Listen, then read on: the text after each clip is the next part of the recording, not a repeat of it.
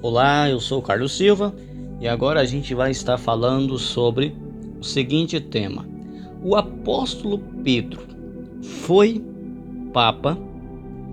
Dentro do sistema católico romano, Pedro é considerado mais do que apóstolo e servo de Jesus Cristo.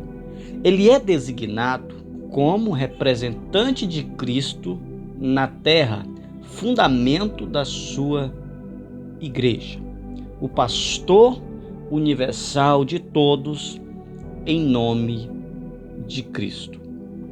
O primeiro na linhagem dos papas da Igreja Católica Romana.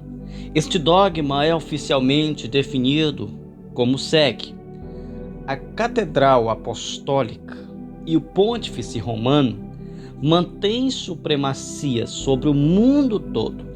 O Pontífice Romano é o sucessor de Pedro, o príncipe dos apóstolos, verdadeiro vigário de Cristo e cabeça da Igreja. Ele é o pai e mestre de todos os cristãos, e em Pedro lhe é outorgado poder integral por nosso Senhor Jesus Cristo para nutrir, dirigir e governar a Igreja Universal em conformidade com o que se acha contido nos atos dos concílios gerais e nos santos canônicos. Isso está no Concílio de Florença, na seção 10. A definição da autoridade papal sobre a Igreja, o Concílio Vaticano de 1870, adicionou a seguinte condenação: se alguém disser que Pedro não foi ordenado príncipe de toda a Igreja militante, ou afirmar que ele recebeu diretamente de nosso Senhor Jesus Cristo somente uma supremacia de honra e não de jurisdição real e verdadeira, seja anátema. Vejamos agora os principais argumentos e textos bíblicos apresentados por católicos em sua tentativa de provar que Pedro foi o primeiro papa, o cabeça e fundamento da Igreja. Pedro é a pedra sobre a qual a Igreja é edificada. Como está escrito em Mateus capítulo 16, versículo 18, que diz: também te digo que tu és Pedro, e sobre esta pedra edificarei a minha igreja, e as portas do inferno não prevalecerão contra ela.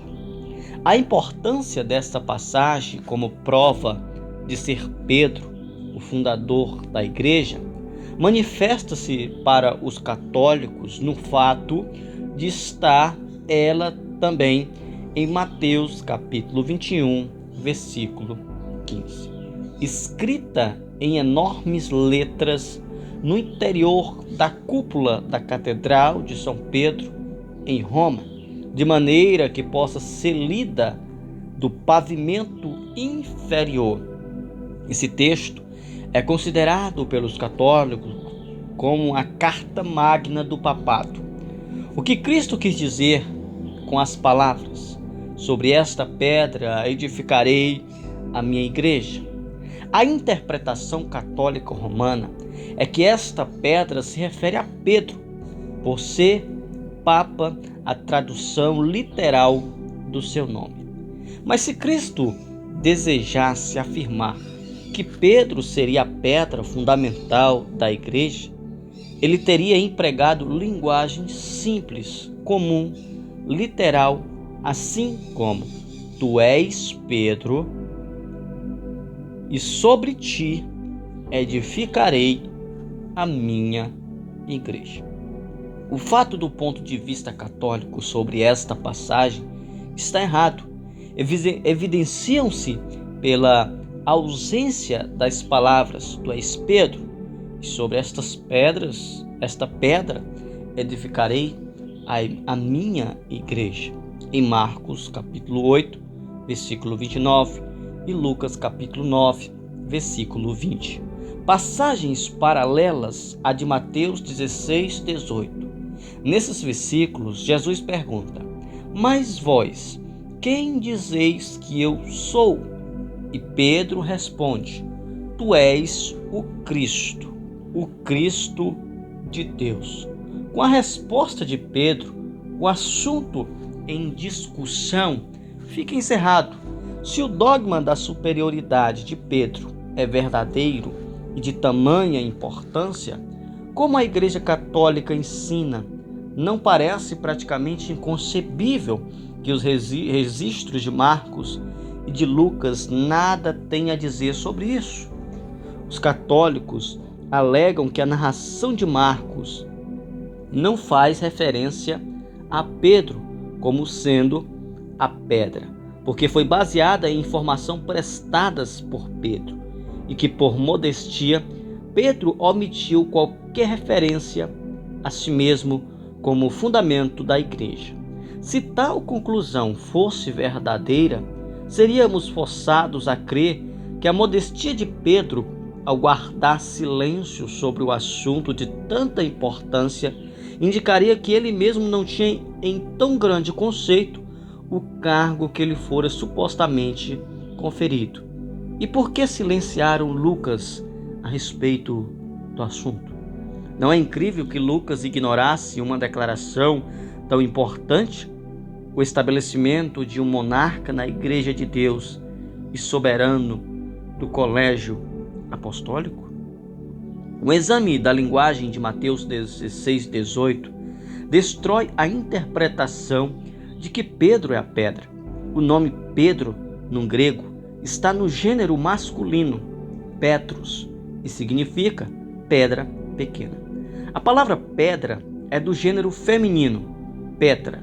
Jesus não disse que edificaria sua igreja sobre Pedro, Petros, pequena pedra, mas sim sobre Petra, uma rocha. Os católicos refutam essa distinção do uso de Petros e Petra, sustentando que, ao falar, Jesus empregou o idioma aramaico, no qual Pedro e pedra, grande ou rocha, são as mesmas coisas. Abre parênteses, kepa, fecha parênteses. Não havendo diferença de gênero nesta linguagem, contudo, não há prova alguma de que Mateus tenha escrito seu evangelho exclusivamente em aramaico, se é que o fez, e desde que não temos nenhum manuscrito original escrito diretamente por Mateus, mas sim em diversos textos antigos em grego. Podemos muito bem supor que ele tenha escrito em grego, e em todos esses textos gregos, em Mateus 16, 18, empregar os termos Petro e Petra, os quais temos a certeza de que dão o verdadeiro sentido das palavras originais pronunciadas por Jesus. O que é, portanto, a rocha, a pedra, ou fundamento sobre o qual a igreja é construída de acordo com Mateus 16, 18? Não se trata de pequena pedra, Petros ou Pedro, mas da rocha sólida, da Petra. A grande verdade expressa na confissão de Pedro: tu és o Cristo, o Filho do Deus vivo, em Mateus 16, 16. As Escrituras fornecem evidências abundantes para esta conclusão, porque ninguém pode lançar outro fundamento além do que foi posto, o qual é Jesus Cristo. 1 Coríntios, capítulo 3, versículo 11. Bebiam de uma pedra espiritual que os seguia, e a pedra era Cristo. 1 Coríntios, capítulo 10, versículo 4. Em seu comentário sobre Mateus 16, 18, Eliot apresenta a seguinte e significativa explanação. A palavra grega Petros ou Pedro não indica uma grande pedra ou rocha. Apesar de estar ligada de certa maneira a Petra, uma rocha, pois quem dizer pedra ou pequeno pedaço de rocha, compreende-se então que o verdadeiro fundamento expresso na figura de Petra ou rocha é superior em dignidade à palavra precedente, Petrus ou pequena pedra. Da mesma forma que Petra, verdadeira rocha, é superior à simples pedra ou fragmento de rocha, porque rocha é a expressão figurativa regularmente usada nas Escrituras para designar o Supremo Senhor. O Senhor é a minha rocha. Samuel 22:2. Salmo 18, verso 2. Muitos outros exemplos poderiam ser apresentados para demonstrar que a expressão usada pelo Senhor na ocasião não significava nada menos que a sua dignidade divina, como declarada por Pedro no contexto anterior. Tu és o Cristo, o Filho do Deus vivo. Jesus é, na verdade, citado nas Escrituras como sendo uma pedra, mas no sentido de rocha sólida, angular ou fundação sobre a qual nós cristãos somos edificados como pedras vivas que compõem a igreja.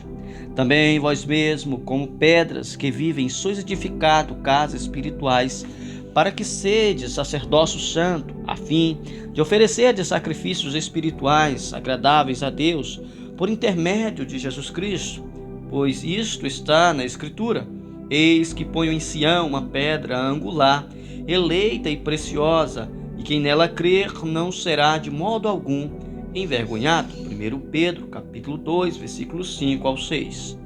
Em Efésios, capítulo 2, versículo 19 ao 22, os apóstolos e profetas são designados como fundação secundária, a da igreja, e ainda em conformidade com outras escrituras. Sobre o mesmo assunto, Jesus é retratado como fundamento principal, básico, a pedra angular sobre a qual se sustenta toda a igreja, a família de Deus, edificado sobre o fundamento dos apóstolos e profetas, sendo ele mesmo Cristo Jesus a pedra angular, no qual todo o edifício bem ajustado cresce para santuário dedicado ao Senhor, no qual também vós juntamente estáis sendo edificados para a habitação de Deus no Espírito. Observe que Pedro não recebeu uma posição especial nesta descrição.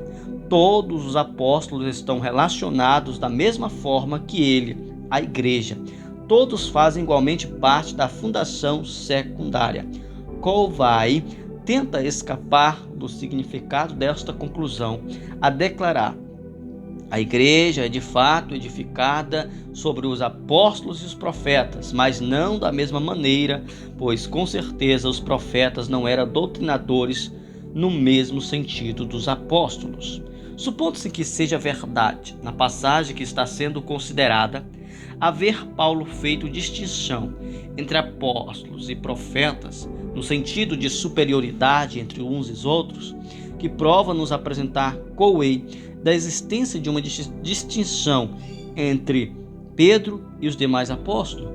Para concordar com Colway, Paulo deveria ter escrito: família de Deus, edificado sobre o fundamento do Papa Pedro, dos apóstolos e profetas. E os chamados pais religiosos da antiguidade teriam concordado quanto ao significado de Mateus 16:18. O Dr. Kendrick, arcebispo católico de Louis, reuniu assim as várias interpretações daqueles pais. Primeiro, 17 países designaram Pedro como a pedra sobre a qual a igreja é edificada.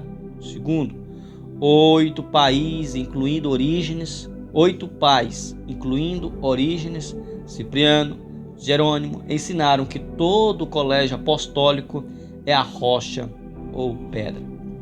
Terceiro, 44 pais, incluindo Gregório de Nissa, Crisóstomo, Hilário de Ambrosio, designaram a confissão de Pedro quanto à filiação divina de Cristo como a pedra. 4. 16 pais ensinaram que o próprio Cristo é a pedra. Dessa informação, concluímos que nem mesmo os líderes religiosos, sobre cujos ensinamentos a Igreja Católica Romana se apoia extensivamente, concordava quanto à suposta carta magna do papado. Em Mateus 16:18, prova-se assim que é falsa a declaração de Belarmino ao dizer que a interpretação desta passagem, que indica Pedro como a pedra sobre a qual se edifica a igreja, tinha o apoio de toda a igreja, tanto dos pais gregos quanto dos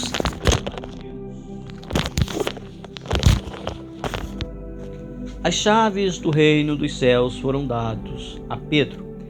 Dar-te-ei as chaves do reino dos céus.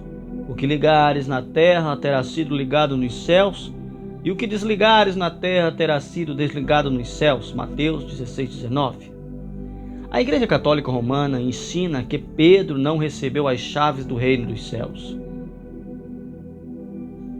particularmente, mas como supremo pastor e em benefício da Igreja. Cowley declara Cristo o portador da chave. Prometeu fazer de Pedro o portador da chave no seu reino, isto é, ter completo poder e jurisdição na Igreja. O fato de Jesus ter prometido dar a Pedro as chaves do reino dos céus, simbolizando o poder de ligar e desligar, é sem dúvida ensinada em Mateus 16:19. Mas isso não significa que esta promessa provê que Pedro foi nomeado supremo pastor da igreja e nem que as prerrogativas inclusas nessa promessa tenham dado autoridade superior a Pedro em relação aos seus companheiros apóstolos. O propósito declarado para o qual Jesus deu as chaves a Pedro abrange a autoridade que ele concedeu a todos os apóstolos, incluindo o poder de conceder aos homens o meio para entrar no reino dos céus ou a igreja.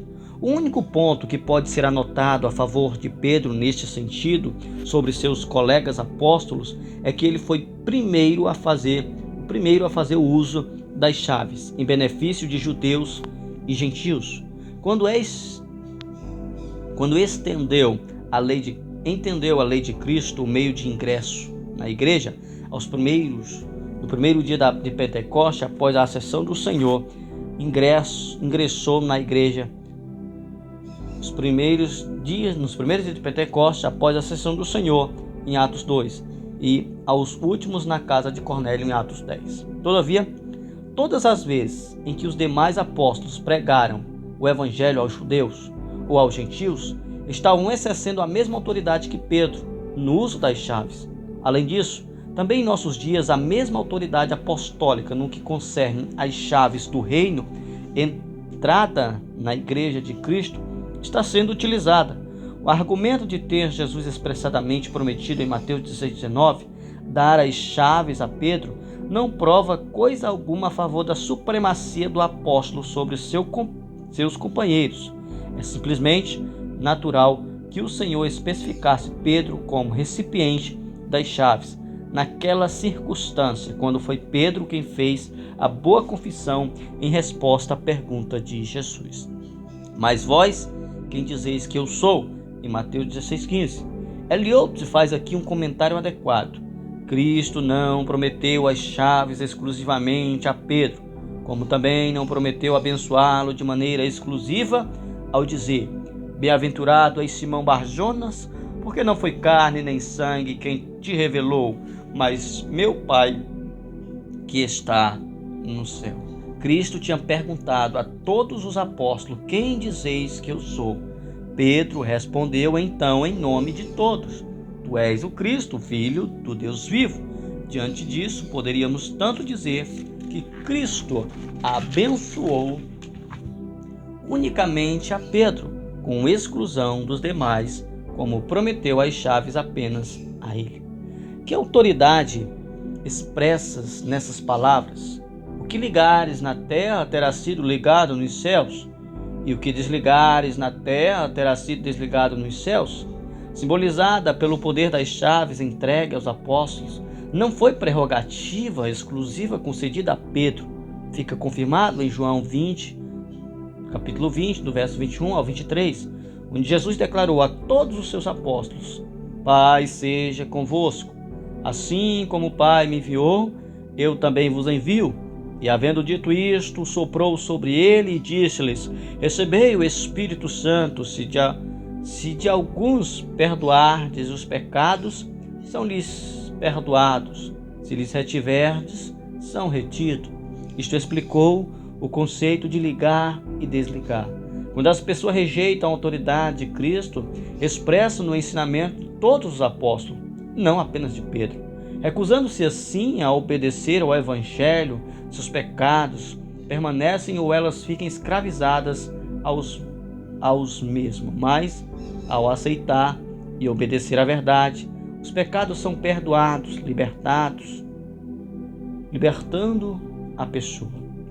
No processo de libertação dos pecados, pela obediência ao Evangelho, a autoridade de Cristo expressa na doutrina apostólica, a ponta do reino dos céus é aberta aos homens. Mas ao rejeitar o Evangelho, esta porta é fechada e a pessoa continua presa aos seus pecados. Esta é a explanação lógica e escriturística do poder simbólico das chaves investido na autoridade dos apóstolos. O Senhor continuando a discutir o assunto, representa o poder apostólico de ligar e desligar como pertencente a toda a igreja e não somente a Pedro. Em verdade vos digo que tudo o que ligardes na terra terá sido ligado no céu, e tudo o que desligardes na terra terá sido desligado nos céus. Mateus 18:18. Estude cuidadosamente a passagem dentro do seu contexto. O poder de firmar ou fortalecer a igreja foi dado a Pedro. Simão, Simão, eis que Satanás vos reclamou para vos peneirar como trigo. Eu, porém, roguei por ti, para que a tua fé não desfaleça. Tu, pois, quando te converterdes, fortalece os teus irmãos. Lucas, capítulo 22, versículo 31 e 32. Não e falam, ao tentarem provocar aqui a superioridade de Pedro, fazem o seguinte comentário. Dirigindo-se Pedro, Cristo lembrou-se de que Satanás estava conspirando contra todos os apóstolos. Vós, no verso 31, é plural no grego. Eu, porém, roguei por ti, para que a tua fé não desfaleça. Tu, porém, quando te converteres, fortalece os teus irmãos. As palavras tu e vós, em Mateus 16:19 e Lucas 22:32, também em João capítulo 21, versículo 15 ao 17, tem aberto os olhos de milhares de pessoas quanto ao lugar ocupado por Pedro na igreja. Não podemos ver como Lucas 22:32 ou os outros versículos mencionados poderão abrir os olhos de algumas pessoas que buscam a verdade de Deus em reverência ao dogma. O lugar de Pedro na igreja é o de Papa. Em verdade, que a palavra vós está no plural, em Lucas 22:31, em grego, referindo-se assim a todos os apóstolos, e que no verso 32, Jesus volta-se particularmente para Pedro. Mas será que o fato do Senhor mencionar expressamente que orou a favor de Pedro significa que não fez o mesmo em benefício de todos os outros? Certamente que não. Dá ele a ordem a Pedro para afirmar ou fortalecer seus irmãos como prerrogativa exclusiva. Novamente dizemos que não. Em grego, fortalecer é termo encontrado também em Atos 14:22, Atos 15:32, Atos 15:41 e Atos capítulo 18, versículo 23, quando Paulo e Barnabé firmavam ou fortaleciam as igrejas de Cristo na Síria e Cilícia, e Judas e Silas confirmavam os irmãos de Antioquia, e ainda quando Timóteo confirmava a igreja de Tessalônica, bem longe de ser prerrogativa exclusiva de Pedro. O fato de fortalecer ou confirmar os irmãos foi uma autoridade concedida a todos os apóstolos e até mesmo aos evangelistas que não eram sequer apóstolos, tais como Judas, Silas e Timóteo. À luz dos fatos mencionados, torna-se completamente absurdo o comentário de Coway. Pedro foi ordenado de maneira exclusiva para confirmar os irmãos. Palavras de Coway. Em seus comentários sobre Lucas 22, verso 31 ao 32, Salmon declara: Posso de passagem mencionar outra escritura, segundo Coríntios, capítulo 11, verso 28, onde Paulo se mostra estranhamente ignorante das prerrogativas de Pedro, pois tendo enumerado alguns de seus trabalhos e sofrimento pela causa do Evangelho, ele acrescenta, além das coisas anteriores, ao que pesa sobre mim diretamente, a preocupação com todas as igrejas. Se de acordo com a teoria romana, o cuidado de todas as igrejas era jurisdição de Pedro, São Paulo se mostrou pouco razoável ao reclamar das dificuldades enfrentadas ao se intrometer no que competia ao outro homem. Neste caso, São Paulo se tornaria o que São Pedro chama de alotriopiscopos, em 1 Pedro, capítulo 4, versículo 15. Mas por que Jesus enfatizou de forma expressa o ter rogado por Pedro naquela ocasião? Por causa do perigo especial que o confrontava devido ao seu temperamento impetuoso. Verdadeiramente, todos os apóstolos tinham sido clamorosos em seu protesto de lealdade ao Senhor na noite da traição, quando ele profetizou que todos se escandalizariam por sua causa. Mateus 26, capítulo 26, versículo 31 ao 35. Mas ninguém se mostrou tão presumido quanto Pedro. Jesus sabia que tal confiança em si mesmo seria a causa da queda de Pedro. Assim, o Senhor profetizou: afirmo-te, Pedro, que hoje 3 vezes negarás que me conhece antes que o galo cante. Lucas 22, 34. E dito e feito, depois da fuga dos outros discípulos, o impetuoso e convencido Pedro, sem perceber o perigo que corria a sua fé, colocou-se numa posição em que o seu relacionamento com Jesus foi exposto ao ridículo e fraquejou dolorosamente ao negar o Senhor 3 vezes, como havia sido profetizado. Não é de admirar, portanto, que Jesus enfatizou ter orado por Pedro, não como argumento a favor da supremacia deste, mas como declaração de sua fraqueza moral. E nada mais natural a fato do Senhor tê-lo exortado e fortalecer os irmãos quando se recuperasse da sua queda tão trágica. Mas a mesmo conselho se aplicaria a todos os seguidores do Senhor que tenham sofrido quedas e depois voltado a Deus em arrependimento. Esses filhos de Deus arrependidos precisam ser ainda mais zelosos no incentivo e exortação dos irmãos do que jamais o foram, para que eles mesmos fiquem mais firmes contra o pecado. Cristo deu a Pedro o seu próprio e completo poder como pastor do rebanho, à igreja.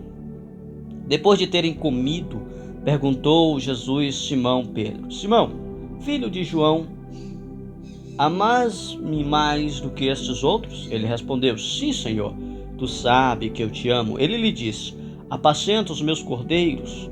Tornou a perguntar-lhe para a segunda vez: Simão, filho de João, tu me amas? Ele lhe respondeu: sim, Senhor, tu sabes que te amo. Disse-lhe Jesus: pastoreis as minhas ovelhas. Pela 3ª vez, Jesus lhe perguntou: Simão, filho de João, tu me amas? Pedro entristeceu-se por ele ter dito pela 3ª vez: tu me amas? E respondeu-lhe: Senhor, tu sabes todas as coisas, tu sabes que eu te amo. Jesus lhe disse: apacenta as minhas ovelhas. João, capítulo 21, versículo 15 ao 17. A Igreja Católica Romana ensina que a Pedro somente Cristo dirigiu palavras que não deixam dúvida quanto à sua escolha como pastor universal e mestre de todos em nome de Cristo, em conformidade com João, capítulo 21, versículo 15 ao 17. Depois de ter recebido de Pedro uma tripla confissão de amor, como um pedido de perdão pelas 3 vezes em que o havia negado, Cristo lhe confiou a cuidado de todo o seu rebanho nestas palavras: apacenta os meus cordeiros, apacenta as minhas ovelhas. Cristo gostava de chamar a si mesmo de o bom pastor e referir-se aos seus seguidores como ao seu rebanho. Seu rebanho, composto de cordeiros e ovelhas, necessitava de um pastor depois de sua volta para o céu. Tal encargo foi dado a Pedro. Não há base alguma em João 21, 15 ao 17 para a alegação dos católicos, segundo a qual Jesus confiou a Pedro o cargo de pastor universal de seu rebanho. Se o triplo mandamento de Jesus a Pedro para que apacentasse aos seus cordeiros e as ovelhas significa que Pedro deveria ser único pastor do rebanho ou igreja, então a tríplice resposta de Pedro à pergunta "Tu me amas?" significa que Pedro é o único que ama o Senhor. Mas assim como não foi o único pastor, também não foi o único que mostrou amor. As Escrituras atestam de maneira clara e simples o fato de que a atividade de apacentar o rebanho de Cristo, não pertence exclusivamente à pedra. O crescimento espiritual das ovelhas do Senhor se concretiza por meio de alimento suprido na doutrina dos apóstolos, em Atos 2,47. Portanto, todos os apóstolos receberam a autoridade de Cristo para ser o pastor universal da igreja e não Pedro somente.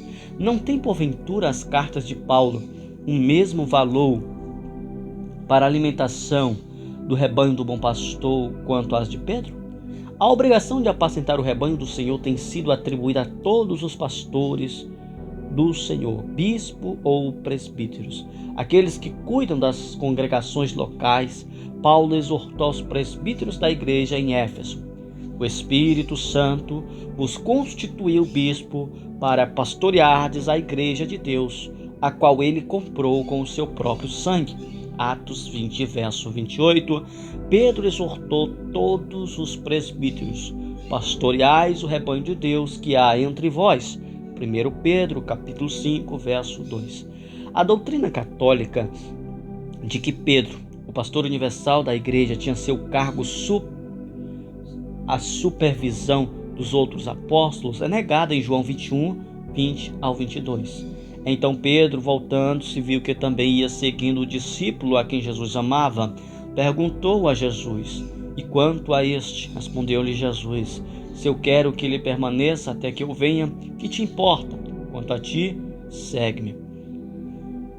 Caso Pedro devesse considerar a si mesma como pastor universal do rebanho do Senhor, ele teria tido a oportunidade perfeita para apresentar-se desta forma em sua exortação aos presbíteros em 1 Pedro capítulo 5, verso 1, mas simplesmente referiu-se à sua pessoa como sendo um presbítero com eles. Somente a Jesus ele honrou com a designação de supremo pastor.